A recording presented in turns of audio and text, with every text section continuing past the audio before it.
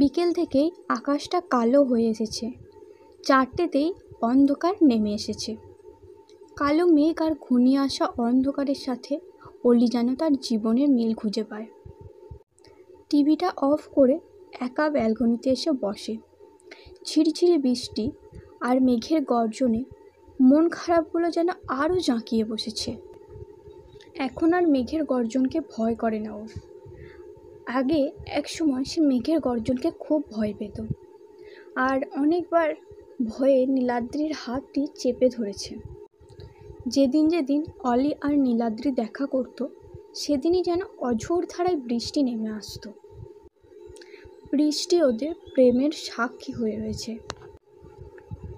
শেষ কবে দেখা হয়েছিল নীলাদ্রির সাথে তা মনে নেই অলির, কিন্তু এইটুকু মনে আছে অলির বিয়ের দিন তাকে ফোন করে শুভেচ্ছা জানিয়েছিল নীলাদ্রি। স্মৃতির দরজা ছিল সেই দিন থেকেই বন্ধ। কিন্তু সেদিন হঠাৎ নিউ মার্কেট থেকে ফেরার পথে নীলাদ্রির সাথে দেখা হয় অলির বাসে। হালকা নীল রঙের টি শার্ট, চোখে চশমা, এলোমেলো চুল আর চেনা সেই মুখের গাম্ভীর্য ভাব, সব মিলিয়ে বেশ দেখাচ্ছিল ওকে।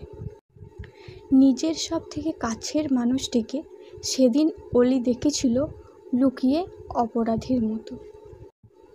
আর নীলাদ্রি তো জানতেই পারেনি পাশের অত লোকের ভিড়ে অলির উপস্থিতির কথা।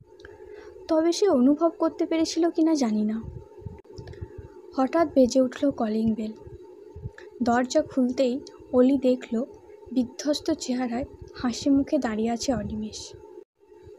অলিকে দেখে বলল, কি ম্যাডাম, আজকে এত চিন্তিত দেখাচ্ছে যে? ফোন করিনি বলে রাগ করেছ? অলি শুধু বলল, ভিজে জামায় দাঁড়িয়ে না থেকে যাও, চেঞ্জ করে এসো, আমি খাবার আনছি। অলি ঘড়িটার দিকে তাকিয়ে দেখল 8:30 বাজে। যে মানুষটিকে ঘিরে আমার অতীত আর যার স্মৃতি নিয়ে কাটছে বর্তমানের অনেকটা সময়, তাকেও আজ প্রকাশ্যে মনে করার অধিকার নেই।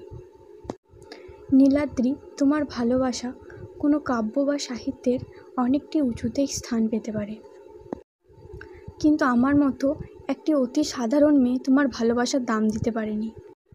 পরিস্থিতির চাপে স্বপ্নগুলো ভেঙে যায়, কিন্তু আজও আছো তুমি আমার হৃদয় জুড়ে, কিন্তু অতি গোপনে। এটাই হয়তো ভালোবাসার শেষ পরিণতি।